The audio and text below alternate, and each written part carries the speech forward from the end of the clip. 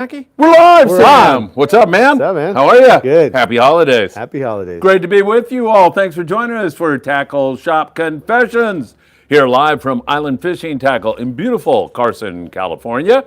It's great to be with you all, man. It's been such a monumental week. We had great Black Friday sales here at the store. That was cool. Notre Dame USC game was a beautiful thing to watch, I have to admit.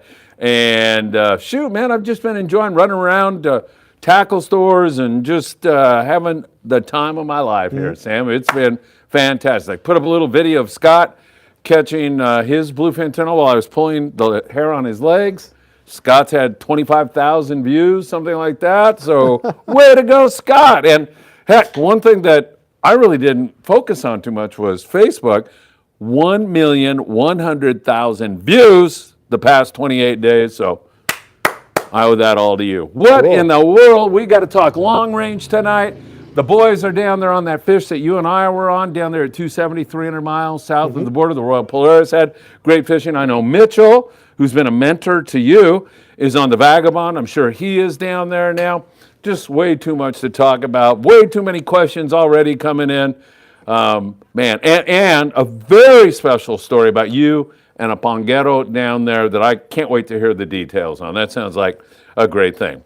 Any comments? Steve is on here. Go ahead, Sam. What do you want to say? There's a lot to unpack. I mean, we got a few weeks since we've been on, and so that trip, both of our trips were, I mean, excellent fishing. You know, but the only thing that we really didn't capitalize on or have a chance to was the Wahoo, which kind of a little bit of a bummer because we had so many Wahoo type questions and talks before our trips.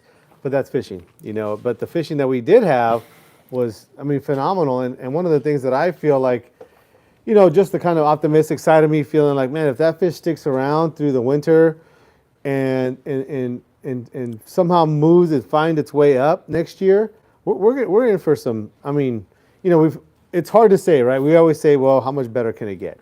But that yellowfin, I mean, if that stuff moves up and it's 6 months later or whatever it is, you know, however long that would be for it to get to our waters, potentially it can be like in that 80 to 120 pound average. We're talking Guadalupe size tuna, something that I know a lot of guys kind of feel like they missed out on. They didn't go down to Guadalupe. I know that you were gone during that time and didn't get down there on this last kind of cycle that we had of this big fish down there. But now that stuff, it seems like it's coming into our waters, you know, and so I don't know. I mean, you know, this is, to me, you know, we're always talking about this albacore and how that's never going to happen. But man, if this thing happens to me, and I feel like I'm going to be predicting this yellowfin in our water. Hey, there we go. We'll follow the yellowfin now. Yeah. I'm worried they're going to push the albacore out of that. Maybe that's the problem. They push the albacore out. It could be, man. The albacore that's going to be pretty exciting. So that'd be pretty cool. You mentioned all the questions we were getting on Wahoo. I actually took the time to count the questions. 1,201 questions. Jeez. On Wahoo, 1,199 were from Scott Bucher. Yeah. Two other guys had questions. So really crazy stuff. And you're right, man. I don't get that yellowfin in 62-degree green water. That is mind-boggling. Kind of get the bluefin because they've been out on Tanner and Cortez in 58-degree water. San Francisco up there. I mean, you know, so that stuff you can kind of always say, well, you never know with the bluefin. In warm water, cold water. But this yellowfin typically, you know, stuff dips below 65 and it's nowhere to be seen. And it was down there heavy. I mean, it was down there in a lot of different spots, even north of where we were at. We were kind of in the meat of the zone, but there's fish even north of that. I'm sure even 60, 70, 80 miles north of that. I'm sure a lot of those boats are running across fish, but they kind of wait till they stop down there to where they get to the meat of it and kind of can just drift for hours and catch that fish. So if that stuff, you know, moves up, I don't think the water's going to get much colder than that. It'll probably dip a few more degrees at the most, but with the amount of fish even below that and outside of that, I can't imagine there not being at least the possibility that we're going to get that fish up in our zone next year. How cool is that, man? Those are such nice fish. Oh, yeah. Big, beautiful yellowfin. And like I said, a few months later, they're going to be another 10, 15 pounds. So. Did you catch a couple of fish at night? I'm talking yellowfin on the jigs. We caught a few yellowfin mixed with the bluefin at night. Did you guys? We didn't really fish at night in that zone. Yeah. So the first night that we got down there, it was a little bit breezy. And so we went into the lee there of Bonitas, then we came back out in the morning, and then we went back into the lee and then fished another day, the next day. And then that's about the time the weather started coming down, and that's when you guys rolled in that afternoon. When you guys got there, we had already been gone for a couple of hours. And so that would have been the first fishable night, and so we didn't get a chance to fish it that night. But with the amount of yellowfin that was around, I would imagine, yeah. I mean, I'm sure everybody's caught yellowfin and bluefin at night. And you and Diego Nuno, before we arrived there, told us, or told me, and then I let the group know, said sinkerfish seem to get those bigger bluefin. They were like down the water column.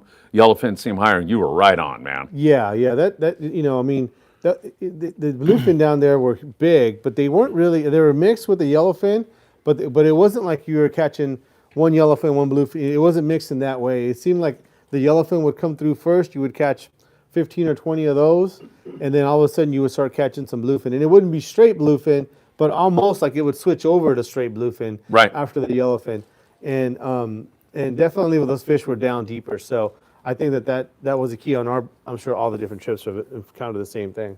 All right, good stuff. Hey, hit that like button, everybody. Deeply appreciate when you do that, and subscribe to the Friedman Adventures YouTube channel. Tick the little bell. You'll be notified when there's new content. 2 deepwater rock cod trips coming up. We just put them on the books. December 20th and December 27th on the Island Spirit out of Ventura Sportfishing. Book with the landing, so you can go to venturasportfishing.com and book this evening, or give them a call at 805-676-3474. And the plan is, you know, it's all dependent on weather and everything else, to go to Hidden Reef again. So that's about a 3.5, 4-hour run, but man, we caught just giant cod on that last trip. Perfect. Last chance to catch cod, and what's better than fresh fish during the holiday season? Yeah, it looks like the weather's been pretty decent too. It's been really nice. Yeah. I mean, I hate to sound like romantic, but wow, these sunsets and sunrises have been something. Every time I see that, I think of Scott and just walking down the beach with him on a sunset like that. Yeah. Excuse me. Do you want me to read some comments, or you want to tell your story about the panga? Or caught up on that. All right, Tyler Tanaka, welcome back from your respective trips, and happy Thanksgiving to you both. Can't wait to hear all about your adventures. Tyler, I was talking to you while we were out there. It's great to hear you and see you here. Michael Krinkovich, the Crinker. Go Team Scott, baby. He said he was on Team Scott from the very beginning on our trip. Those two, man, they should have gotten a stateroom together. Let me tell you. Who did you stay with? Did you stay with you? No, Scott? Joe Martin. No. I'm crazy, but I'm not that crazy. He was in the stateroom right next door. Oh, okay. I got some great videos too. Me going in, pulling his socks off him at night, and him screaming at me. I got it all. And he says, Mike says that Scott named him the Crinker. So that's his nickname. Too much fun. He says, good evening. Glad to have the band back together, says Isaac. Gonna be a great show. The pressure is on Chuck Zimmer. I saw Chuck the other day. Chuck, thank you again for letting Ruth and I come over to the clubhouse and cook over there. And Mackie came over and made his world famous pokey. So that was good times. Hello, everyone. Looking forward to a great show. You got it, Chuck. I heard you guys had just a great trip for Charlie's birthday on board the El Patron. That sounded like it was great. Steve, so is it true that you didn't tag a fish but still came home with fish fill? I'm very talented that way. I came home with, I think, 6 fish. Wow. And I never threw a bait. Oh, that's good. I don't know how that happened. Yeah. Scott even said, please take this for a second, please. And I go, I'm not touching that, man. I got a hernia and all kinds of crap going on. So, yeah, it is true, Steve. You name somebody who can pull that up. Chris Navarro was going to be here tonight, but Chris is not going to be able to make it. Grandpa Phil, Sam, can't wait to hear all about your trips. We'll be getting into that. Israel de la Cruz says, good evening, Friedman Adventures family. Good to see you, Israel. Also, Tyler Tanaka, disappointed that I have not seen Phil bounce a yellowtail from the bow in over 2 years. Yeah, really? I got to do that again, I guess. I remember I bounced that one, and Jeff Jessup was in awe. He couldn't believe it. It was really something. Current Jam. Look at these lovely folks. Hey, Current Jam, man, you got to get down there and shoot another great video in Loreto. I still remember how good that was. Sam, trying to round out my old black and gold fathoms. I want to get a 40, but have a Macaira 15. How would the compare to I need a 40? Something like that. Do you understand it? Yeah. Okay, good. So he's got a bunch of the black and gold fathoms, that is. Doesn't have a 40. Yeah. He has been searching for one. He has a Macara 15T. So the Macara 15T is pretty dang close to that 40. I would actually even consider it maybe a tad bit more on the heavy duty side. It does have a lower low gear ratio, so a little bit more torque if you're targeting big fish. I know that those Fathom 40s are kind of a reel that everybody wants to have.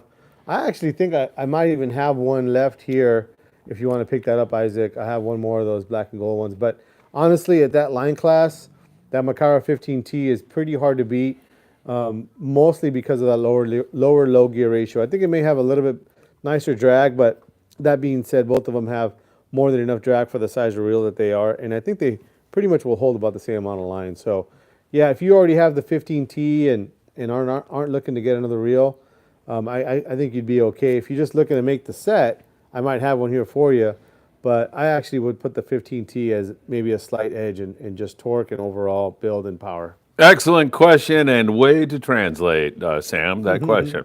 Steve Nyes, is that how you pronounce his name? Knees. Steve Knees. No, I think maybe it is nice. You don't even know, and he's worked here how many years? Yeah. 43? I think it's nice. So I guess that is why the bite didn't get shut down, because the fish didn't realize Phil was on the boat. Could be. Yes, I think it's Knees now. We got there 2 days before, and we wanted to make sure we were out of there before he got there. So we never saw him the whole trip. Yeah, once we found out they were going to the rocks, we're like, okay, we won't go. We're Xing that off. Yeah, we're taking that off the list. Real-time fishing. My wife picked up a Shimano Oshia 2000 NRHG. I can read that. Real. Couple more letters and you're out. On her visit to Japan, what rod would you recommend for slow pitch jigging 60 to 200 jigs? Gram jigs. Gram jigs. Is acid spiral wrap important to avoid tip wrap? So Great question. Not Thank so you. much for the slow pitch. It's really more of a jigging thing. Although a lot of the rods are built that way with the spiral wrap. The more I'm getting into fishing this this vertical jig thing, if you're fast jigging where you're really pumping really hard on a jig and you create some slack, it can come around and catch the tip, but it's not really that common. So it's not something that I would consider super essential, especially when you get into the slow pitch, because you are working a jig a lot slower. You just don't have that extra slack that can cause that. That being said, as far as the rod's concerned, you want to have something that is just going to be equal to the size jigger you're going to be using. So you want to look for a rod that's rated for that size of jig. But you want to also be careful as to how deep you're fishing. Some of the rods, you might see a jig rating of up to like 500, and you might see another rod, maybe even in the same brand, that's only rated up to 300, that doesn't seem as stiff. Well, that other rod might be more intended to fish deeper and stuff like that. So my best advice would be to come into the shop. We can show you a couple different rods that you might want to match up with that. But that reel that you bought is a pretty nice size reel, and you can probably even target some bigger fish like some yellowtail or something like that. In fact, I caught a nice yellowtail on a similarly sized reel on my trip, about a 25 pounder. And the rod that I was using, I think, was rated up to about a 250 gram, but it's more of a hybrid style where it's that slow pitch skinny rod, acid wrap, but it's not quite as soft, a little stiffer for kind of your medium jigging style. So it all depends. I know we're using the term slow pitch just to kind of like put all of those kind of rods in a category, but actually how you're going to work the jig, especially like for, let's say, whether you're going to be yellowtail fishing versus maybe rock cod fishing, where you might even slow it down even more, you might find a different rod that might apply. So my best advice is to come in and check them out. Those things vary so much. It's really hard to kind of just describe in a model. Darren Dohe with a nice big, it looked like a bluefin or a yellowfin. I didn't really pay attention, but I saw him with a nice fish on the Royal Polaris. Scott caught his magnificent 201-pound bluefin tuna on a Darren Dohe 310 RodWorks rod. Hell yeah. Scott wanted to make sure Darren heard that like 10,000 times. I can't imagine why, but I don't know what that little ratfink has up his sleeve. Was that in the Daiwa reel, I guess? Because he just called about the Daiwa reel. Yes, absolutely. Daiwa reel and, Daiwa. Scott, too much fishing with that knucklehead, man, let me tell you. Let's see, a.k.a. the Sack. I know it's early, but any thoughts on the fishing for next year with the fish being farther south than they have been? Well, Sam's theory is, and I think he's right, they're close, the yellowfin, for this time of year. Kind of staged close, granted, we're in December here. They're not at the Coronados or nothing like that, but I don't think that really has happened too much where we've had that bluefin, heavy. We've had little pockets of it where it's been able to have been caught. I think the Freedom, they just posted, right? They posted they got some bluefin Yeah, they a couple had days ago. 7 bluefin, I think, and So- 40 yellows. Yeah, I don't know how you can get much closer than that. But as far as the meat of the fish, this fish that we're talking about down there, that to me, actually, like I said, I feel like I'm just being a little bit overly optimistic. But that might be something that we see next year that we haven't seen in a long time, or Yeah. maybe ever. Yeah. Really, I mean, yellowfin. Yeah, you could say every once in a while a guy's caught like 1 over 100 here in Southern California, and it's not like it's never happened. But I can potentially see the possibility of Multiple. of a bull catching 20 or 30 over 100. That's so cool. Yeah, that type of thing. So I don't know. I mean, we'll have to see what the year brings. But to me, I feel like that's a definite possibility. Yeah, I'm hoping, man, because that could be just extraordinary if that fish got Yeah. up anywhere near San Diego, like out there on the 60 or 43. I Or mean, usually this time of year, that size of fish is going to be at the very closest, maybe Guadalupe, Right. maybe, if not at Alejos or Point South, even further down than that. So the fact that it's up where it's at now, I consider that real close. Did you guys see a lot of squid in the water there when you were there at night? We saw didn't, some. We didn't see it at night, but it got fleshed out on some of the fish for Yeah. sure. I mean, they had squid, octopus, all kinds of little pompano-looking fish. I mean, Yep. it was a variety of stuff. So that's another thing too. It wasn't like that stuff was only eating, anchovy, which there was a lot of anchovy in that area, but that tuna was kind of eating everything. So I mean, I don't know. I don't know if that's a good thing or a bad thing, but definitely shows that those things were adapting to the situation. Did you see me blow the air horn in Scott's ear on the trip? You missed that? I missed it. I was at least 50 miles away, so I didn't hear it. I put a video Yeah, up. yeah. Well, I actually, Brian, the captain, sends me I'm downstairs, he's upstairs. He sends me a text and he goes, "We were so busy. Did you get any photos? Can you send me some photos?" And I go, "I can pull them off my video. Yeah, just give me 10 minutes." And then, so I sent him the video of me blowing the air horn in Scott's ear. And I walk up there like after dinner. I go, "Hey, what's up? Did you get that video, that fishing action?" And he goes, "Did I get it? I put it on the Independent's Facebook page." I go, "No, you didn't." And he goes, "Oh, yeah, I did." And I go, "Oh, right on." So that gave me permission to like just Do whatever, yeah. After that, it was too much, You were man. testing the waters. He Yeah. thought we were bit when I. Yeah. Oh, yeah. I bet. Stop the boat. All right, back to current jam, I think, right? Yes, being new to San Diego, it might make sense for me to hire a captain to teach me to fish these waters. Have any recommendations targeting tuna, yellowtail, white sea bass, and halibut? Dave Dodge. Do you know Dave? No, He's an okay, old-time cat, yeah. He just told me he's doing some of that now, so, and there's other guys that are doing it, I think, but Dave's a really capable fisherman. Just send me a text later, and I'll hook you up with Dave, and then you could see whether you want to do it with him or not. 657-227-6459, and I'll send you and hook you up with Dave. Chad Christopher, welcome back from your trip, gents. Chad, good to see you all. Booked up for December 20th. Here we go on the Island Spirit. Let's go, Friedman family. See you all then. That's going to be a fun trip. We just put that out, and I hear it's starting to book, so that's going to be a lot of fun. Robert Graber, Happy Tackle Shop Confessions. It's so good to see you here, Robert. Monday, Phil, Sam, Michael, and the Friedman Adventures family. Looking forward to your trip up here in the 805 on the Island Spirit on the 20th. We're out of town on the 27th, or I'd be on that one too. Whoa, that sounds so great, Robert. Can't wait to see you. Super great guy, does a lot for the industry, Sam. Just a great guy. I don't know if he's ever made it up here to your store, but really a great guy. Live free, die free. Evening, Phil, Sam, Michael, and the Friedman Adventures family. Don't bug Michael. He's playing games on his phone right now. So please don't disturb him. Oh, what is he doing, Sam? He's just texting. Hey, wait, this is Cyber Monday, isn't it? It is Cyber Monday. Cyber Monday. You know what that means? I don't know. What does it mean? Doesn't mean anything to us tonight, does it? Who's playing football tonight? Anybody know? Browns. Yeah, Browns and somebody. One of your guys had a bet on the game or something. Yeah, Browns in Denver. Rocco. Good luck, Rocco. All right, Tyler Tanaka. Tyler's great. Was talking to him a lot while we were out there. Real-time fishing. Of course, Sam will give you his input, but I have the same reel and paired it with a Phoenix Titan TJX 68. He's pushing it here. ML, 6 foot 8 inch, medium light. It's super. Caught 38-pound yellowtail and 50-plus pound bluefin tuna spooled with 65-pound Spectra. Yeah, that would be kind of more on that kind of hybrid style rod, a little bit on the stiffer side, but that medium light's a good one. That 6'8", I think they make it in a 7'10" and a 6'3" as well. All right, hit that like button, everybody. Please hit that like button before Sam and I break into tears. Great to have you all with us here. Morning briefing tomorrow morning, bright and early. Sam, says Sniper Jim, have you gotten any feedback yet on the United Composite J-Rex rods? We've only had a few of them here in stock. I mean, they kind of came in at the end of the season, and this year wasn't really kind of as jigging dependent as it was the other couple of years. But the last couple of years, I should say. But just from feeling the rod myself, it feels great. I think it's going to be a rod series that from United Composites that's going to be super popular.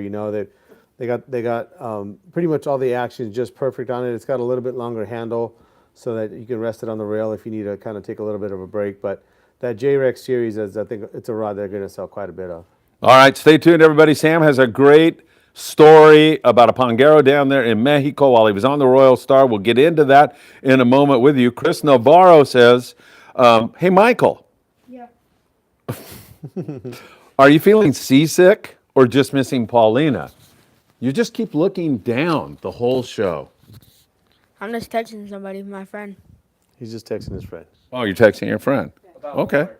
About what? Homework? Yeah, he missed first period, so I'm telling him what happened in first period. What happened in first period? Stuff. Stuff happened? Like what? A fight. Oh, what happened? Oh. We better not get into that. I don't want to hear it. We'll get thrown off the air if it's some kind of a thing. Yeah. Are you okay? Yeah. All right. Did you get in the fight? No. Okay. All right. Very sad. All right. Chris is back. I've been speed jigging since 2007 and never had issues with the line wrapping around the tip. Yeah. It's not a kinda feel thing? the same way. It's not something that I've seen that be something where I would say you have to have an acid wrap rod. Chad Christopher, Sam, I got my big boy reel, Avid EXW50. It's for bluefin, yellowfin, night fishing. What rod best fits my needs with that? Yeah, pretty much the heaviest thing you can hold on to, something rated 80 to 150 or something like that. If it was going to be a United Composite, you'd probably be looking at the Viper or the Invictus, CalStar, like a 3X or 4X rod or something like that. But any of those heavy rods, a 2x4, 3x5, something like that would be okay as well. So something is pretty much as heavy as you could hold on to. That's a big reel. Tim Marquez. Hey, Phil, is it too early for an albacore prediction? Tim, it's never too early for an albacore prediction. Right. Water's cold. For how many years now have I predicted so much albacore? anchovy in the water. So much anchovy in the water. Yeah. What else? What else? Yellowfin tuna closer than Yeah. they've ever been. Yep. This is incredible. What that has to do with albacore, By I the don't wind know. sailor, a jellyfish. By the wind sailors. Yeah. What else we got? They're here. We got squid. We got squid. Yeah. What else is there? Bodega Bay today. Wide open, big albacore. Big albacore. Biggies. What else? They're coming, Tim. Now, I have an exact date for you a little bit later in the year. Exact date? And yes, and I will be doing my albacore predictions. And more than anything, even more than hoping for the albacore, I just hope for thousands of views on the prediction. Just kidding. Hey, I don't know. Or are you going to maybe charter a boat? Because since you know the day they're going to be around, you might as well just charter a boat. I think that's a good idea. You'll fill right up. You're just going like to sign that. up? Me? Yeah. Hell no, I don't believe your prediction. I know Doug will. We can go rock on fishing if they don't show up. Who cares, right? This is going to be the year that everybody's wrong, except for Phil. I'm going to pull the plug and say, those things are never. That's what I need to say. And then it's going to be wide open albacore. Tim, just give me a couple days to gather myself, and then we'll figure it out To get all from the there. data. Yeah, got to get the data. That's really done me a lot of good the last 6 years, let me tell you. Real-time fishing. Thanks, all guys on Slow Pitch Rods advice. Appreciate it. Our pleasure. Jay, hi. Phil, Sam, happy holidays. Same to you, my friend.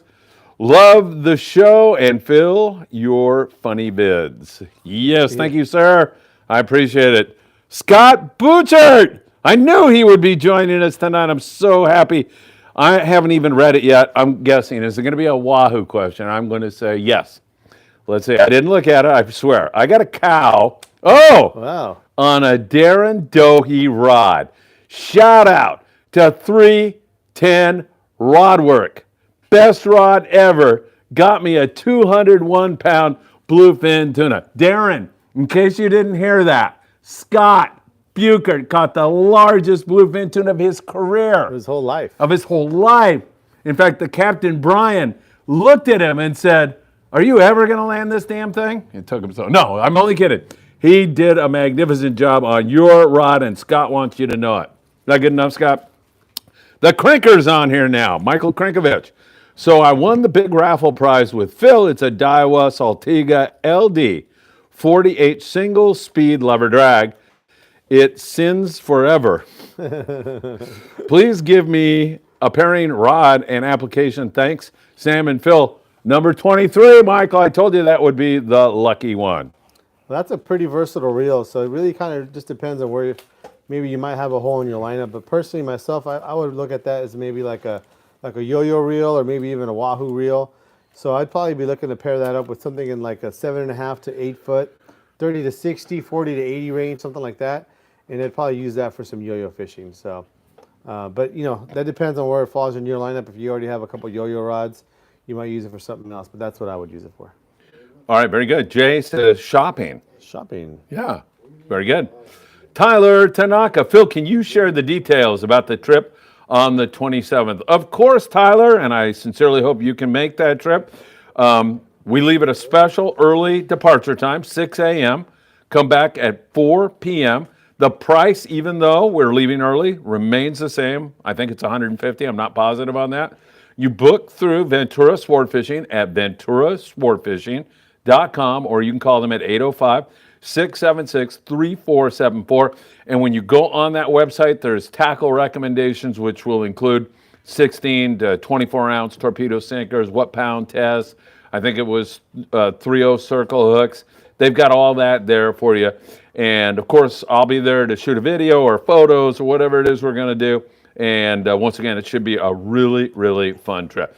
Ventura Sportfishing, you want to book with them tonight or at any time for that matter, and we would love to see you on board that one. Chris Navarro says it's the Denver Donkeys versus the Browns.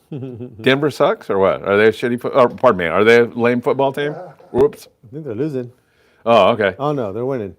The Crinker says it spins forever. Not sins. Oh, spins forever. Yeah. I thought he was talking about Scott. It spins forever. Chuck Zimmer, how much 40-pound can you get on the smaller Daiwa electric reel? Hey, Chuck, before he answers that, come out on one of those trips up there out of Ventura, man. We'd love to have you on board. So, Chuck, depends on which one you're talking about. I'm not sure if you're talking about the 500, which is kind of the more common small reel from Daiwa. They also have one that's a 300. That's from their Seaborg line. So it just depends on which one you're talking about, either the Tanacom 500 or the Seaborg 300, which the Seaborg is the smaller of them. It's not a real common reel, so I'm not sure if you're talking about that one. So I'm assuming you're talking about the 500. I think on that 500 you'll get, I don't know, at least 400, 500 yards of that 40-pound. Depends on how full you want it. If you're actually going with the smaller one, the one that they make, that 300 Seaborg, that's a brand new reel from them, just came out this year.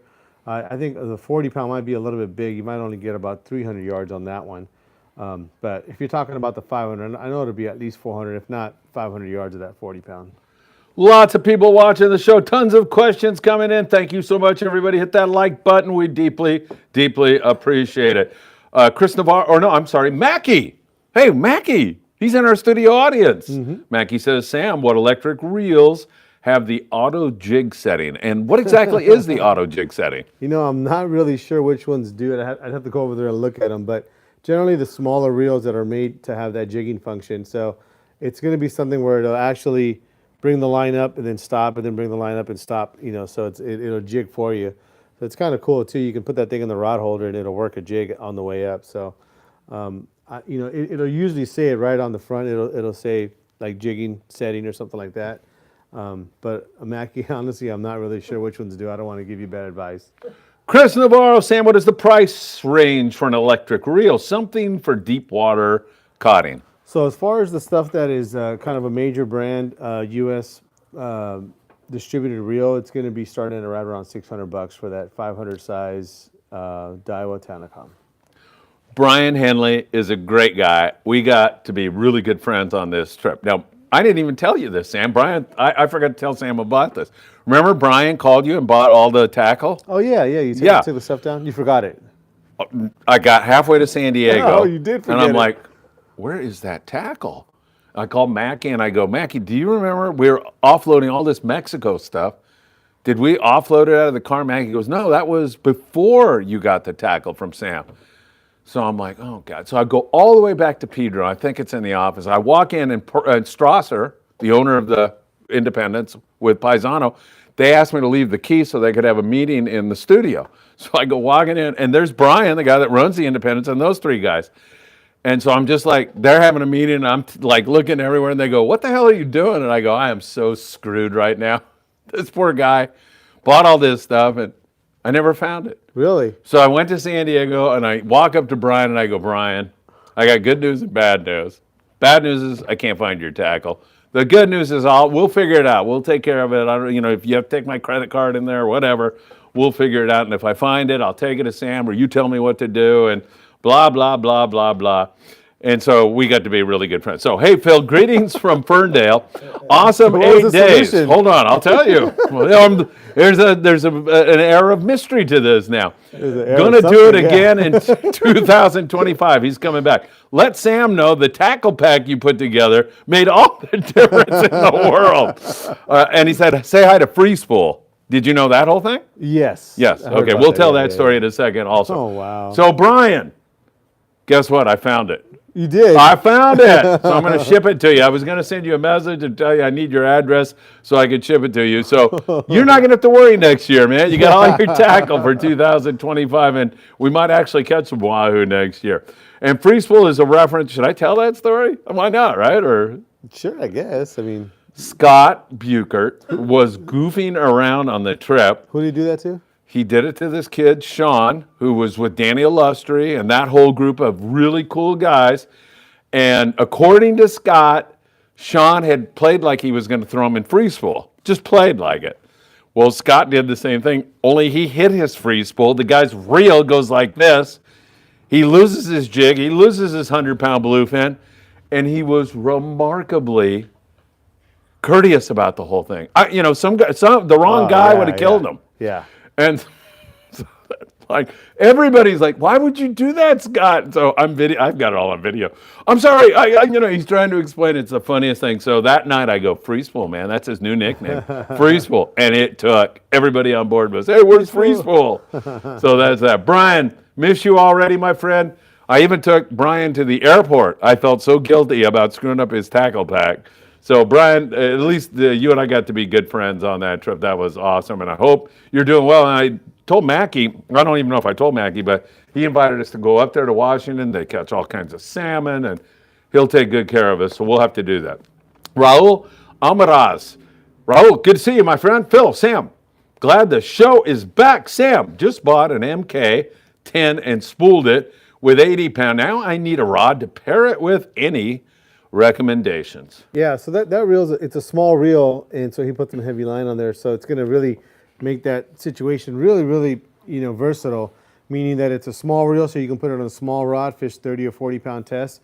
But you got such heavy line on there, you can fish 50 or 60 on it. So, it depends on where you're going to want it to fall on your lineup. But anything that's going to be rated maybe a 30 to 60 sounds like it's going to be where you're going to want to be at. But if you needed to fish heavier, because those little reels have a lot of power, you can fish it even heavier, so you might even consider something at a 40 to 80, even a 50 to 100.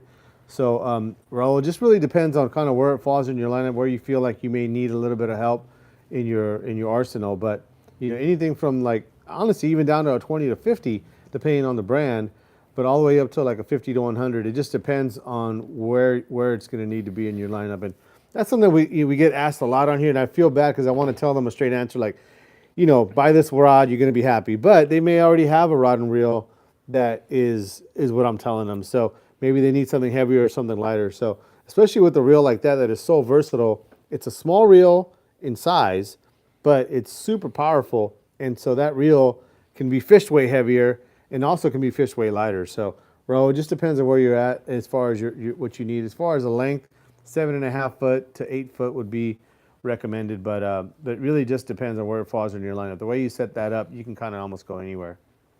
Ernie Montano. Ernie, what's happening? Haven't seen you forever, my friend. I haven't heard anything. I miss all your critiques of the microphones in the morning. He's always, I can't hear you, or the waves are too loud, or something like that. Ernie, I miss that, man. Phil and Sam and Michael, thanks for entertaining us fishermen who need great fishing news. Heading out on the Indy for the Christmas special. Right on, Ernie. That should be fun. 12:26 to 12:31. Any chance for Albies? Of course. There's always a chance for Albies. They're probably going to get on that as long as everything holds up, man. Like you said, that 300-mile, 270-mile yellowfin tuna should be a great one. Mike Krinkovich says, always 23. I agree. 100% live free, die free. 3-day exploratory trip in August for albacore. Look, you got it all pumped up again. You started this, didn't you, tonight? No, somebody else started it. That's when that was Tim Marquez. Oh, Tim Marquez started it. The tax man, Tim Marquez. Michael, Ethan says hello. Hi, Ethan. Hi, Ethan. What boat on the 27th? The Island Spirit, Scott. And we sincerely hope that you will be joining us. If you free spool Dan Lightfoot, he will kill you, I have a feeling. Uh-oh. What's going on? Nothing. Is it we need another cat call. Remember that? When the cat got loose in the beauty shop? Yeah. That was a great one, man. I love that. I went back and watched that the other day. It was so funny. This guy with a... Terminator. Yeah. He went over there with a gaff or something. All right, Chad Christopher. Hey, I overpriced that trip. It's only $100. Phil, the price on that trip is $100. Island Spirit, December 20th or the 27th. Can't beat that price for a half day, especially because it's really not a half day. We're going to leave early, come back a little bit later, and he's going to go long. It should be fantastic. Chad, thank you so much for sharing that, my friend. Ralph says, give away a Lucky Craft. Great. Where should he mail it to? I don't know. What's he talking tonight? Is he giving you one or something? Oh, Ralph, thank you. 76, 72. I'll give you my address and shoot it right over. I can always use an extra Lucky Craft. I think he wants you to give one away. Oh, okay. Maybe, I don't know. Michael, you got a Lucky Craft? Yeah. No, there you Michael's, oh yeah, he is playing games now. Right? go. Yeah, now he is. Yeah. All right. Glad you're here, Michael. Michael's like, can we just skip over this crappy show to the chicken wings? Yeah. Do I really have to sit here during this? Remember when he first started this? He was like, felt honored to be here, and it was a big deal for him, and he'd always be like talking and stuff. Now it's just like sheer boredom for him. He's just hungry. What happened? He's growing. Yeah, I guess. All right, Ralph, Michael is going to send you one. He has one. Southern Hallie. Hello, Phil and Sam. Just tuned in and enjoying the evening with you, gentlemen. We are enjoying having you here. Mike Krinkovich, go Irish, as well as always number 23. Man, what a game that was. Did I tell you that was a great game? Wow. I heard it was a great game. It really was. Yeah, it was. I thought SC was going to tie it up. They had the momentum. I mean, to me, I felt like if they made that pass, it was like, uh-oh. Oh, I said, my kids were off playing blackjack, actually, and Ruth and I were watching, and I sent them a message. I go, you guys get over here, we're screwed. Yeah. Because we had a small wager on, it had to be over 51 points, so that was done. Easy. But Notre Dame had to win by 7.5, so they were ready to tie it up. Yeah. And then that kid picks it off. And how he maintained his they won balance. by 7, right? No, they won by 14. Oh, 14, that's right. Yeah, it was 49-35, I think. Yeah. But there were two late pick sixes that shouldn't have happened. 14, that's the 14 right there. I know. Well, Ruth was cracking up. She goes, I keep looking at you, and you're going like, I was like, thank God. Thank God that kid picked it up. All right, you're right. All right, poor guy, Isaac says, a poor guy lost his electric reel on the El Patron trip. Dan didn't tell me anything about this. Tried to snag it for him. No luck. Felt so bad for him. Oof. Hey, speaking of that, I haven't told this story either on the Independence. This freaking guy, I'm telling you the truth, this freaking guy loses his $500 sunglasses. I watch them, they hit the water, and they're going bye, bye, bye, bye. Brian grabs a gaff. I couldn't even see the glasses anymore and goes, there you go. Oh, wow. And I go, how the hell did you? He goes, I don't know, man. I got super lucky on that. He gaffed, and they were down like 6 feet probably by the time he grabbed a gaff and got him. So Jeez. that was good stuff. All right, Eric, like Hooya. Whoa. Like, whoa. Like, whoa. Hey, Sam, would a Phoenix Black Diamond 808 MH or 809 handle fly line? Could it also handle dropping 16-ounce lead for rockfish in a pinch, depending on real choice? Yeah. I'm starting to get giddy for some reason. Yeah, there's no problem on that. I mean, both of those rods will probably handle dropping for rock fishing. No problem at all. I mean, they're definitely going to be a little bit on the lighter side for that 808 maybe, but I wouldn't see any problem with it. Just you want to be careful if you are going to drop 16 ounces for rock cod fishing. If you got a double dropper loop and you get lucky enough to get 2 big fish, and you want to bring those 2 fish and that pound of weight over the rail, try not to high stick it. You might want to grab the line and bring those fish and the weights over. So as long as you're careful bringing that stuff over the rail, it should be no problem.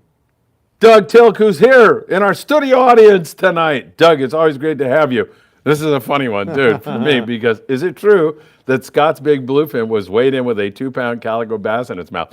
When we unloaded our fish, Scott focused on Scott for like a half hour. He's trying to get this bass out of the mouth of it. Some guy put a bass in its mouth. And I go, what in the hell are you doing? He goes, no, the jackpot. It's going to mess up my jackpot. So he's yelling at people to come over and help him get that thing out. I'm sure you saw that. It was too funny, wasn't it? So maybe it wasn't a 200-pounder? Oh, Scott, I think it was 199 pounds.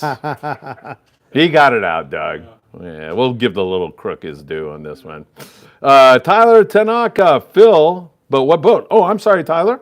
It is the Island Spirit out of Ventura Sportfishing. The Island Spirit, Ventura Sportfishing. Mike Krinkovich, Ferndale. Brian is a solid fella. Hi, Brian. And man, did he put that tackle pack you put together for him to use. Carlos G.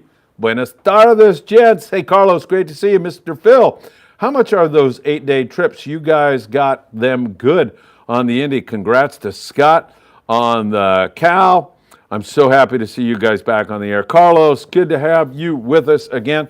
I think it was $3,500. Was it? I don't know. Yeah, I don't either, actually. 35, 45? I think it was 35, and then it's like almost $4,000 next year, I thought. But if you go to the Independence website, you'll be able to look and see the exact price because I'm guessing. But I think it was $3,500, and I believe that was the price on this trip. So check out Independence Sport Fishing, or just Google Independent Sport Fishing, and you'll go to their website. You'll be able to figure that out. Chad Christopher, tell me what trip Scott will be on so I can book a different day. I don't want free spool. Oh, man. Free spool, you're getting quite a nickname for yourself. James Blanchard. Where's James tonight, man? He was awesome. Here. Fun on the trip. He had such a great trip. He did such a great job. James, good to see you. Hope you're having a great night. Hi, Sam and Phil. Had a great time fishing with you and new friends. That was a dream come true. It was a dream come true having you on board. James was catching all kinds of really big fish and having a great time, man. That's awesome. Plus, he didn't like to eat red meat that much, so guess what? No, go ahead and order it, James. I'll take care of that for you. Isaac says, Phil, any news on the whole trip video release asking for a friend? Boy, is it Scott putting him up to this? Yeah, I get 40. I'm working on it. I'm working on it as fast as I can. But in the meantime, I will continue to release snippets until we're able to release the whole video sometime around 2025. I shot like 500 scenes, so it's driving me crazy. Sam, we've teased it. What happened? Pongaro came up to you guys, or he was kind of, off to the side of you guys on the Royal Star. What happened? Yeah, so we were fishing down there on the 23, down there by, maybe that was... Oh, the 23! Maybe it was a 13. My lucky number! Maybe it was a 13. Anyway. No, it was a 23. It was inside or outside of like San Carlos kind of area. Anyway, so there was a center console, boat fishing around us. I mean, it was basically like a ponga, but it had like a little bit of a covering on top. And they had come up and fish around us, troll around us a few times. And we had kind of waved them in, gave them some bait, some live sardines off the boat to kind of help those guys out, maybe try to catch some fish since they're kind of fishing close to us. And they caught some fish and whatnot. And so, we're feeling like everyone's having a good time here because they hadn't really caught too much until then. And so I was fishing 30-pound around the same time, and they weren't too far away. and I hook a fish, it ended up being a marlin. So here I hooked this fish on 30 pound, and we told the crew, I said, hey man, call them over, and I'll let them fight this fish on the rod. Otherwise, I was just going to break them off and keep fishing. So they called them over. They came next to the boat, and I handed them the rod. My rod with the marlin attached to it. So here they went off, and they're That's fighting awesome. the marlin, and they're going around and around and fighting it, and they fought it for about another half an hour or so, which is crazy. Is that 30 pound must have hooked them just right, and they got them to where they were right next to the boat, and they just released them. Came back with the rod and reel, and they were like so happy. I'll So bet, man. that was pretty cool, for those guys. So, I mean, just one of those things where you have the opportunity to make somebody's day, and I mean, you're not going to hook a marlin too many times, and you're like, hey man, get over here, you can fight this thing. So usually I'd hand off a fish to a customer. Here we handed off a fish to a whole other boat. That is so cool, that man. was freaking cool. Yeah. Were they doing a charter thing or a commercial fish? Yeah, it was a charter. They had a couple gringos on there, or No, they're Couple Mexican. Mexicanos? Yeah. And so it was just something that for them, I'm sure that those guys come in. I think it sounded like they were like from the interior of Mexico somewhere, to come all the way out here in hopes of trying to hook a marlin. oh my God, And then here they got to fight a marlin. So Wow. that was freaking cool. making dreams come It true. was awesome, man. Plus, I mean, on a whole other level, it keeps the relationship really good between our countries and the guys down there. Yeah, I mean, we handed them off a couple of tuna that we had, and it's just, with the bait and stuff like that. And I mean, and honestly, on the Royal Star, I feel like every time we go into Mexico and there's an opportunity to help out somebody, those guys really try to do something. I mean, I know that even at another point, there was another commercial guy there. We handed, a friend of Diego's, he said, hey man, we'll catch you some tuna for your commercial operation. And so we handed him like 8 or 9 tuna. And another guy along the coast, we caught a whole, kill box full of bonita was a lobster guy. And so I'm sure he was, using that for lobster bait. So it was pretty cool. We were able to do that. I mean, we had so much fish. No one was really, like, hey man, that's my fish or whatever, Yeah, right. It was the opposite. They were like, hey, those guys, kind of had a reason to keep fishing. So all of a sudden, everybody was fishing for these yellowfin, trying to help this guy out. So that was pretty cool too. Yeah. That's a great story. How was your yellowtail fishing on that trip? Good? Yellowtail fishing was decent. I mean, once we kind of found a spot, this was on the 23, and but they weren't biting wide open. The deal with it, you had to work at it a little bit. And normally down there, Baja, you're either fishing them on surface iron or yo-yo iron, or a dropper loop. That's kind of like the 3 ways that you catch them. The spot where we were at, that spot of fish we were on, I mean, we did catch a couple on jigs. I got one on a vertical, a speed jig. Another guy got a couple on a yo-yo jig, and that's all he did. Yeah. He was just trying to catch them on a jig, but I mean, it took him all day to catch 2. So I mean, it almost wasn't worth it. The guys that were doing really, really well were fishing a 1-ounce slider, and fishing like you're fishing like a San Clemente Island, kind of a finesse thing. Not that you had to use light line. You could probably hook them on 50 pound, no problem. But something about that bait presentation on the slider is what they wanted. I mean, even on a dropper loop, I would say we caught maybe about 100 at that spot there. That's damn good So fishing. really good fishing. Yeah. Don't get me wrong. It was all day, 2 days to get them. Yeah. But that being said, it took all day, 2 days to get that fish. I mean, Yeah. And so we were catching them here and there all day long. But the guys on the dropper loop probably caught 8 or 9. And the jig guys, we only caught like 3 of them, and all the rest were caught on that slider rig. So there was something about that slider rig on that spot. So what I mean that you had to work at it is normally you get on these fish, and it's as fast as you can get your jig down, you're going to hook a fish. You can get 5 or 10 fish like in an hour, at some of these spots down here. So I guess it was just a little bit more work than the wide open fishing that we're used to with the yellowtail down there. So I would say it was good fishing. It wasn't wide open at any time, but definitely came in spurts to where you pretty much, if you worked at it, you got all the yellowtail you wanted. We had a scenario where we fished them out at the rocks. It wasn't wide open, but we had some fish up to 40 probably, like that. Started like 3 in the morning, had a small window. Maybe it was over at 4:30 in the morning. And then we came into the beach and we fished. We had really good yo-yo iron fishing on the yellows. And then our final day, we were on a spot called the Hutch above the ridge just a little ways. Brian said, what do you guys want to do? Do you want to fish tuna? We can go hit that tuna, or we can go fish the yellowtail. So I'm like, let's do the tuna to myself. And I walked around. It was pretty much like 50-50. So I go, Brian, how far is that tuna from the yellowtail zone? He's like 30 miles. I go, can we do both? And he's like, sure. So we started on that yellow, probably got 100 yellows in 3 hours. Really, really good fishing. And then nap time. And so we took a 3-hour run, 3.5-hour run. Literally Back on the came tuna. into the area. He came up and said, "Hey, we're pretty close. Get ready." Within 10 minutes, pulled him back, and we were bit Yeah. in a drift for the rest of the day, catching those big yellowfin and bluefin. So it turned out to be the best of both worlds that day. It was Awesome. God, Yeah, it was great, wasn't it? Yeah, The fishing, yeah. it was just so good. All right, let's see. Red Pill. Good evening, gents. It was nice meeting you this Black Friday. It was all my pleasure. Hey, Sam, I was thinking of pairing a CalStar 900M with a Saltiga 30 for light irons for bass and smaller yellowtail. Any thoughts, Sam? Yeah, that's a really good combo actually. That reel has such a lightweight spool. You can probably match it to almost any rod and it'll cast a light iron really, really, really good. So I think what you got going there would work really good. The Crinker with a football NFL update, 21-10 Denver over the Browns.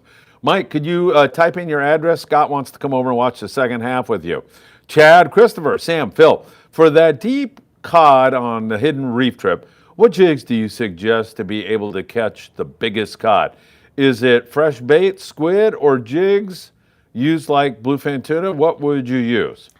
If it was a jig, yeah, definitely your longer stuff. It's something that's going to get down fast. So depending on if it does get a little bit windy, or if there's a lot of current, you're going to probably need something over 300 grams. So especially for that deeper water. But I would say if they have good squid, man, that's pretty hard to beat as far as bait. But if you wanted to try a jig, something on the longer side, like a streaker, 320, 420, those mustad rip rollers, also like in the 300, 400 gram size, would probably be what I would want to use. Now, if you have a legitimate like slow pitch rod and reel, something that has some really light spectra, some like 30-pound spectra, you can probably get down with even less weight with something like a 250 gram, but you really got to have that lighter line to do that. So, that bait's going to be hard to beat, I think, most of the time. All right, very good. Thank you so much. Sam, Chris Navarro wants to know, a November Royal Star trip full. Hey, Chris, if you For want to next go, November. you're on, man. Put your name down. Woo! Send you a deposit tomorrow, and I'll get you on. Yeah, I know you're not feeling well tonight, Chris, but too bad. Get an Uber and get over here and Yeah. pay Sam, and you're on. Duong, hey, it is great to see you. We had a great time with you on board our Apollo trip this year, which was another great one. Hi, Phil and Sam. Sam, what kind of fishing do you think the long-range boats will be doing for the upcoming 5-day after Christmas trip? Yeah, so that's the big question mark, like we were saying earlier. That fish seems to be there in such great volume that I think that's what you're going to be targeting. You're going to be targeting that yellowfin and bluefin, and maybe a little bit of that yellowtail that's just right a little bit further south. I think that's probably where you're going to be at most of the trip. But we'll have to see. It's really only a couple of weeks away. But at this point now, the fact that that's still there seems like almost out of the norm. And so if that stuff disappears, there'll be no question as to, it won't be a big surprise, I guess. But I would imagine that that's going to be a fish that those boats are going to be kind of hunting down the rest of this winter. And I hope it's there. If it stays there the whole rest of this winter, I can almost guarantee that stuff's going to be up in our waters here by June or something like that. So that's going to be what I think. You're going to be targeting, looking at it now, if you're leaving today, yellowfin, big bluefin up to 200 pounds, yellowtail on the coast, and probably some rockcod on the way home. And if you get one in the high 190s, you put a calico bass in its mouth. For sure, 200. And you got a 200-pounder. Yeah. Scott Poocher, you little crook, you. I'm glad there's video evidence that Doug uncovered with Scott cheating again. You mentioned the Freedom and making that little nice catch. Yeah. There's a guy, Jason Kroom, I think is his name, sent me a message right before the show. Mackie, you might remember him. He's a Coast Guard guy and brand new fisherman, really cool guys. They started fishing with us a few years ago. He just said the Freedom crew, fantastic. In fact, the captain, I forget who was running the boat. I don't know if it was John or who it was, but at the end of the trip, they had an extra yellowtail, gave him a yellowtail in addition to all the rockfish he caught and everything else. So he said, that is my new rig, the Freedom out of 20 Saginaw Landing. They do a great job. So happy to hear that from somebody else. Jay says, Phil, are you still pushing Opson floral line? And what weight do you use for the tuna bite? No, I am now pushing GT, what is it, 40? GT4 by Promar. So it's a great line. But Yeah, really. Steve, Oropesa, don't get mad at me, Steve. But I next didn't week it might practice be up on something this. else. We'll see. Yeah. Hold on, Steve. By the Just calm time this down. video comes out. Sam, what pound do you use for tuna? A tuna bite. Now, that is So, going to yeah. depend on a whole bunch of different factors. Yeah, so for what we had down there, I mean, guys are using 80, 100 pound. That was probably going to be the most common size for the big fish. But at times we were using as light as 50 pound. I think that most of the fish that I caught down there, anywhere from 30 pound test to 100 pound test. When the big fish started to bite, you pretty much wanted to put that light stuff away and strictly fish a heavier line. But a lot of times that yellowfin, you can kind of, seem like it would bite, the yellowfin would bite first before the bluefin, and you can kind of, quote unquote, screw around a little bit if you had already got your limit or got all you wanted and fish some lighter line. But be advised, if you're down there and that bluefin's around, that stuff can bite. And it was biting the fly line too, so there was kind of, no way to not, possibly hook a 200-pound bluefin. So once they started showing up, you wanted to make sure you switched to the heavier line. But I started out with lighter line just to screw around. But that yellowfin had no problem biting 80 pound. So, just for the sake of being safe, you can probably just start with 80-pound test. All right. Steve Bermudez, he comes in here quite often. I think he's into the booze again. So he sent me this message today, and he says, how much is a room at Zeke Casas, the place I stayed in Ensenada? How much is a room? Do they have adjoining rooms? And all these other questions. I go, those are great questions for Zeke. That's why his phone number is on there. Okay. And so 10 minutes later, I get a message that he's very vague about what the price of the rooms are, and he doesn't want to acknowledge he was on your show, and blah, blah, blah, blah, blah. And I said, oh, well, let me talk to him. When did you talk to him? And he said, well, I haven't talked to him. Oh. And so I'm like, what the hell? Maybe he meant you were being vague. What is he talking about? Steve, I'm going to murder you. Anyway, I almost sent the guy a message like, hey, Zeke, what's going on? And he hadn't even talked to the guy. All right, Steve Bermudez, what a guy. Let me tell you. Chuck Zimmer, the president of I was going to say the San Francisco, but he's the Redondo Beach Rod and Gun Club, who finally got to meet my wife, Ruth. He thought that was all a lie. And he finally got to meet her and joke with her about me. He somehow managed to joke with her about me. Chuck says, do you have any 8-foot rain shadow blanks in the 30 to 40 range? What's the going price if you do? I think Sam is ascertaining that knowledge for you right now, Chuck. So yeah, I know we have them for sure. I just checking the price. They're like $140 from Rain Shadow. And you got them? I got them, yeah, plenty. All right, update from Mike the Crinker Krinkovich. It's 21-17 at halftime. 21-17. Well, Yes. close game. Jay says Eddie Bombs. Eddie Bombs, yeah. Eddie Bombs, 100%. Michael, do you have any Eddie Bombs? No. No Eddie Bombs. You're mailing out the, Lucky Craft, right? Craft. Did you guys catch any fish on Eddie Bombs at night, or? Yeah, there was a few Eddie Bomb fish. It was pretty much any jig you dropped down. It was pretty good. When they come around, yeah. Yeah, and we, like I told you, we were catching yellowfin at night. Not a lot, but we probably had 6. But it was bitching, man. And you could just tell when the big fish, and Joe Martinez. Yeah, I was going to tell you about that other rigging method. Yeah, oh. Yeah. Hey, hold on, everybody. How could I have forgotten that? I don't know. What kind of a show am I running here? That was the big thing we teased. Supposed to have notes. Yes, I do. Here they are. Sam is going to now divulge to us all what an angler came up with, a brand new technique for catching what? Tuna? Yeah. Okay. Big tuna. Take it away, Sam. So, no, he didn't come up with it. He admits to me that he saw somebody else do it. Okay. And so I'm going to say that everybody knows, and maybe this is just me finding out us. So we're not discovering anything new. We're not taking credit for anything. I'm taking credit. We're not, this is on the Friedman Adventures show. Anything, First time. We're not claiming any kind of ownership. This is up with like this. Thomas Edison discoveries and stuff like that. So this is what he did. Elon Musk. You ready? Yes. All right. So basically fishing a sinker rig. When you're fishing a sinker rig, you're going to nose hook a bait. And we're going to be fishing the bow. And I'll tell you why in a little bit. There's not always the bow. But Always? Okay. Most of the times. So put your bait out, just like you're fishing the slide. No big deal. You put your bait out, nose hook. And you're going to let your bait out about 75 feet. Okay, 75 feet. You got that? How many feet? 75. All right. You thought I wasn't paying attention, right? That's what I thought, I was reading yeah. your question, Yes. but yes, go ahead. Keep quizzing me. And so then after 75 feet, you're going to attach a torpedo sinker to your line. You're going to do that by attaching a rubber band to your torpedo sinker first. So you got an eye on each side, and this is going to be a lighter torpedo sinker, 2 to 3 ounce, depending on the current. The other side of that rubber band, you're just going to loop it around your line and put your torpedo sinker through there. So it's hanging on there, but it's not going to be super tied like how when we do the other type of sinker rig where we put a bunch of loops around it. Just go once through it. So you got your bait out 75 feet. You got your 2 to 3 ounce torpedo sinker up here, 75 feet. You drop the thing down, and you're going to kind of fast sink it. What I mean by that is totally free spool it. You want it to be taking line off your reel as fast as you can. So now if you can imagine, 75 feet out, your bait's going to be pretty much on the surface because you're drifting away from it. It shouldn't be getting down too far. But now you got your sinker. Your sinker's going to be kind of taking it down, down, down.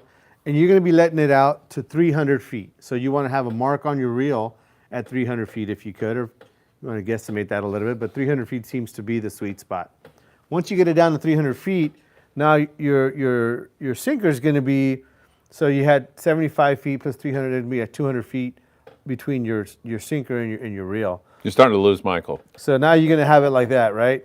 And what you're going to want to do is you're going to want to wind it in about 25 feet and then let it back out 25 feet. And so you're going to be working that 25-foot section. Every time you wind it in, you're going to be pulling that bait down, and then you're going to let it back out, and then eventually it's going to be about horizontal, and that's what you want. And the idea is that you're basically slow trolling the thing like a downrigger. That's great. In a way. Yeah. But your motion that you're going to be giving it is going to be more natural versus if you have a sinker like close to your line, your line's going to be down there with a sinker, and when you pull it, it's going to be going up at an angle. Well, this way, since it's 75 feet away, and I'm sure it could be maybe a little more, 80 feet or 90 feet, it probably doesn't have to be exactly 75. You're still going to have that motion of it doing that. Now, the other question that I've gotten is, how much weight do I put and how do I know? Well, it's really going to be kind of depending on your drift rate. And so the faster you're drifting, the more weight you're going to need. You probably wouldn't need 6 more ounce? you probably wouldn't need more than 4 ounce because you're going to want a little bit of an angle. Yeah. That angle that's coming off your rod is what's going to allow you that when you go to wind, you're not going to wind too much vertical on that sinker. And so that's really the deal, I mean, it seems pretty simple, and it is simple once you see it. The hardest thing about it is going to be that when you want to attach your sinker, you're going to have to kind of put the rod down and put it in gear. Put the rod down and hope you don't get bit right there, I guess. But why not have it in freeze? Why not have it? Because you might backlash. Yeah. Well, why not have it like just the drag backed off a little bit? There's some leeway. I mean, you there don't want your too. rod to get ripped over. Yeah, there's some leeway. You can probably put it between your leg or something like that. Yeah. I mean, you're gonna have to figure that out. Yeah. How to do Yeah. that. Maybe have somebody help you or whatever. Yeah. Hold this for a second. Right. So that's really it, man. I mean, but I saw this guy hook fish. I mean, I would say if there was an hour or two where we hooked 25 fish, He hooked like 8 of them. 5. Oh. Like a good amount. And there was a lot of good fishermen on the boat. So, and it could have been more. It could have been more of a percentage, I should say. And so that to me, just kind of after seeing how it works, I can see why it works. I've just never done it before. Did you try it on the trip? You know what? I didn't. I was You're tempted though, right? just tempted. Yeah, I just lazy to not put the stuff together. Yeah. But as far as fishing the bow, so here's the thing. Here's my theory on that is you're going to have kind of a lot going on with your line going straight down then out. If you fish in the stern and there's guys that are fishing a jig or fishing a sinker rig, you might kind of introduce a little bit extra angles that you're not really sure where your line is at. Yeah. So you might introduce the possibility of a tangle a little bit easier. Yeah. So if you're up in the bow away from everybody, now the bow is actually a good spot to fish anyway, but generally you'll find less people up there. The only time I'd fish in the stern would be, with that method, would be if you got like 5 or 6 guys that are hooked up in the bow, you don't want to get up there with them, and you want to keep fishing it, and it's clear down in the back there. So that's kind of the deal. I mean, I wish there was kind of a little way I can show you rigged here, but it's 75 feet away. Yeah. So I've been thinking about some ways of attaching that sinker a little bit easier. A couple guys we've been thinking about. So maybe that might be something that we can do a little short we can on do that. a little bit Once you something later perfect, on. yeah. Yeah, That yeah. sounds great. So, and I saw it work really, really well. In fact, the guy, Cliff Jorlman, the guy who was doing it, I mean, he's a really, really good fisherman, super technical guy. And I'm pretty sure he's thought a couple things through. And he said he's the one that told me he saw somebody else do it. And so I think for you guys that are going out these coming couple weeks down to that same zone, I would for sure try that method. I saw it work really well. targeting big fish. Yeah. And this was on big line, like 100 pounds. So it wasn't like he was fishing 40 pounds and think, well, maybe because he was fishing light line, he was getting bit. But no, fishing heavy line like everybody else, getting bit. I would say 3-1 over everybody else. All right. That's it. Good stuff, man. Yeah, Are you going to try it next time? for sure. Yeah. For Perfect. sure. I want to go down there and try it like tomorrow, man. I mean, for real. Yeah, right. It's that good. All right, very good. Chad, Christopher, Phil, I hear you say and call others great friends or Friedman Adventure family. Haven't yet seen you with the USA coffee cup I gave you. Enjoy the evening and wings. Chad, you told me that yeah, I know. Chad told me that it was very fragile, that if I drop it, it'll break. Okay. So I didn't want to take it on a boat because guess what? You drop your cups all the time. So you know what? If it breaks, it breaks. I'm going to take it out, and if I've offended you in some way, Chad, Sam says he's very, very sorry. I appreciate that very, very much. I have it down in the studio at 22nd Street, but I never do the morning briefing there, so I'm just going to have to Make an show my effort. gratitude. Make an Yeah, effort, yes. that's very. Yeah. Reciprocate. I have to, yeah, Yes. because that is not nice of me. I apologize. AKA the Sack. Sam, how was the fight on the single speed Penn 500? Awesome job. So that was actually a 113H 4. I caught a whole bunch of fish on that thing. It was a lot of fun, actually. That's one of the things that I try to do on this 11-day, I mean, especially when the fishing is that good, when you can pretty much hook as many fish as you want, is try to have fun with it. So that 50 to 80 pound tuna, I got a whole bunch on that 4.0, and it fished like an all glass saber rod, old rod. I caught a whole bunch on a spinning rod. I caught a whole bunch on 30 pound. Obviously, I was fishing 30 pound when I hooked that marlin on a jigging rod. So, Diego sent me a bunch of photos of you doing all yeah, that. Yeah. so it's just fun. To me, it was cool. At first, you kind of didn't know. It's like, man, this is going to be, what am I getting myself into here? But even just the sound of the gearing, as a drag is slipping, is a different sound. Yeah. Today's modern gear with the Spectra and everything has a very distinct sound. You almost forget what it used to sound like. Yeah. It almost, I don't know, what was that video? Maybe like the intro, like Inside Sport Fishing or something. Oh, right. That sound of the, Yeah. the drag coming out is exactly what it sounded like. So I'm like, man, this is cool, man. Yeah. I should have recorded that part of it. It Yeah, was you pretty should cool. have. Yeah, yeah. We'll have to get that I'll have to go next do it time. again, yeah. John Lee, is it, or Lay? John Lee. John Joe Lee. Joe Lee. Jolie. Hey, what's Pardon up, me, Joe? I know Jolie. who that is. Who is Jolie? Super cool dude. Yeah. Is he? Yeah, yeah, super cool dude. Well, tell What's me, up, why Joe? is he so cool? Just an old school guy. Yeah. I've known him for a long time. Good fisherman, hanging out in here at the shop. He's been hanging out with, kind of known him for a long, long time, but hanging out with me since he's been working at the Baja Fish Gear days. Oh, shoot. Yeah, yeah. Joe, thanks for joining us cool tonight. dude, Really man. appreciate that. Jolie, yeah. Red Pill, hey Sam, for a CalStar 800 XXH, what size Torque, Machaira, or Vizix would you pair with the rod? And what pound test would you spool it with? And what top shot would you fish it on? Thanks in advance. So it'd be in the Torque, that Torque 40 Narrow, the Machaira 15T, or the VIS 612 would be what I would match with that rod. Personally, I probably would give the edge to the Torque. It's a little bit lighter reel. I just feel like it fits nice with that rod, but any of those three reels would work. I'd fill it with 80-pound braid and most likely fish a 60-pound top shot with that. All right, very, very good. Tyler Tanaka sends us $4.99. Tyler, we deeply appreciate it. I am so thankful for you both and Tackle Shop Confessions. That means so much to both Sam and I. Will there be a show next Monday, December 20th? I'm hoping December 20th is a Friday. Yeah, I think, next Monday is Because 9th. I think I have a trip on that day, and it's supposed to be a Friday. Yeah, you But might- are we doing this next Monday? But if Why you not, want to right? have Monday on the 20th for Tyler, we will make Monday the 20th for There Tyler. we go, because we make Mondays, Tuesdays for Yeah. Matt here, right? Yeah. All right, very good. Yes, we will make it on the 20th, next Monday. We'll be here, come hell or high water. Chuck Zimmer, have you guys heard a date on the Fred Hall show? Yeah, I have Asking you out on a actually. date, huh? Yeah, I know. We're both married. We can't bring dates that we can talk about So anyway. I think it's January 30th, I believe, that weekend of the 30th. Maybe the 29th to the 1st or something like that, maybe. It's late January? Late January. What yeah. was it last year? Late January. Oh, it was. Okay. Yeah, same as last year. Yeah. Yeah, I talked to a gentleman that's kind of organizing a lot of it, and it sounds like it's going to be great. Yeah. He's very, very good about all the Yeah, I organization think and Bass everything Pro's else. supposed to be there this Yeah, year. Bass Pro's going to be It's there. kind of a big deal, so that's kind of cool. I don't think they've ever been at the Fred Hall show, not that I can remember. I never remember them ever Yeah, being yeah. there. Yeah, that'll be It's great. kinda cool. And I think, pretty sure we're going to be there live streaming during the whole thing. Yeah. So should be great. We're going to have a little booth there and everything else. So back to the Fred Hall show we go. It's going to be fun.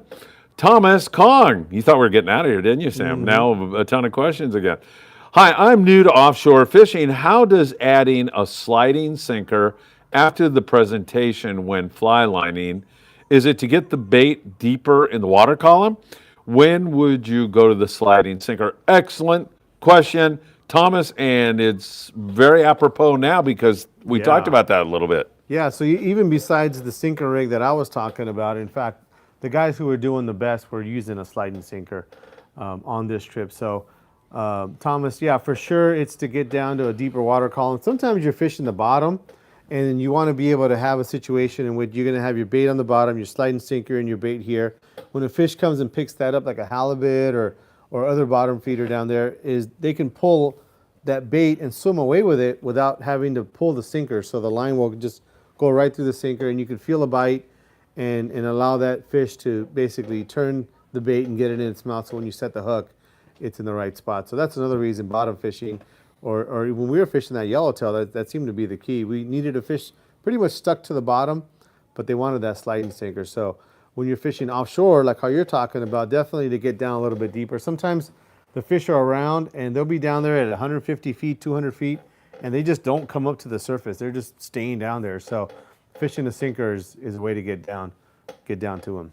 All right, very good. I was out at Canyon Lake also for a little bit. That's where I went out and met Patrick, flew in from Florida, and then we did a Thanksgiving thing, went to the casino, of course, father like son. And so Ruth went into the bathroom in this Canyon Lake supermarket thing. So I must have been the creepiest guy. I'm hiding behind this thing, like the bathroom, and I'm hiding near the woman's bathroom. So guys are coming up, and they're kind of like, and I go, I'm waiting, I'm trying to scare my wife. This guy, Mike, walks up to me. I got to know him afterwards, and he goes, dude, love everything you do, man. We're big fans. And so that was really cool. He screwed my thing up, though, because Ruth walked out right when I was going to jump her. Jeez, took her like 20 minutes. I don't know what she was doing. And I'm like, is she ever going to come out so I can jump her here? All right, Hector X, thank you, Sam. Thank you, Phil. Big fan of Friedman Adventures and Island Fishing Tqckle. And Sam and I are big fans of you, Hector. Means the world to us. Thank you so much. Chris Navarro says Lori Heath and her boyfriend Rob fish that way. There you go. Yeah. We're just letting it out of the bag. But your guy invented it. Yeah, you invented it. We're the first ones to break it here. So there you go. Yeah. Tony Gonzalez says 2 Carolina keeper with a snap swivel.